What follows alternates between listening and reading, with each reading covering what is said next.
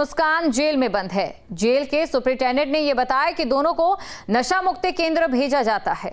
साहिल अपनी नानी से मिलने के बाद योगा करने लगा है। तो मेरठ मर्डर केस में अपडेट आपको हम बता दें, जहां जेल सुपरिटेंडेंट से बातचीत हुई है। उन्होंने कई बातें कही हैं कि साहिल ने अब जेल में योगा शुरू कर दिया है। मुस्कान को लेकर भी जानकारी ली गई। ये दोनों नशे के आदी हैं।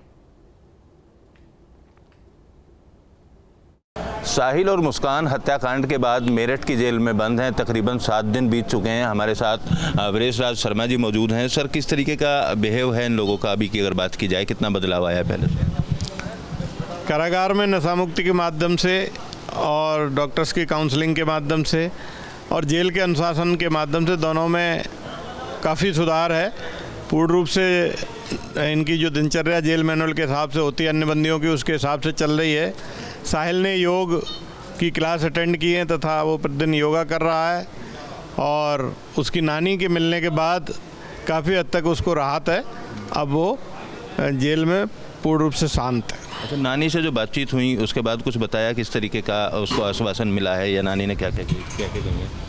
नहीं, देखिए, 1 to 1 बात तो हम लोग नहीं सुनते जब नानी और उसके बीच में बात हो रही थी, लेकिन नानी की मुलाकात के बाद काफ़ी वो शांत हुआ है और चिंतित जो था उसकी चिंताएं काफ़ी हद तक ख़त्म हुई हैं तथा उसने योगा की क्लास अब नियमित रूप से जेल में अटेंड करना प्रारंभ किया है। तो बाल कटवाने की बात सामने आ रही है, नानी से भी उसने कहा बाल कटवाने के लिए, तो फिलहाल कटवा दिए गए बाल उसके?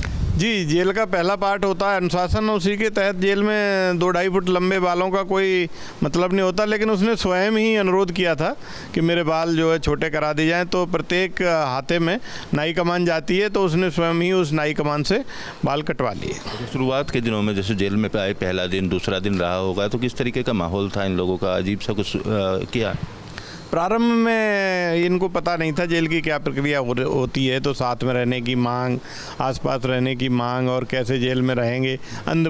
इनको ये भी डर था कि अन्य बंदी कोई अभद्रता न करें, जो भय रहता है। आम बंदी कोई भी आता है उसके अंदर भय रहता है, लेकिन अब धीरे धीरे पूर्ण रूप से सामान्य हो गया। एक साथ रहने की जो मांग की बात सामने आ रही थी, वो मुस्कान ने की साहिल की तरफ से की गई थी?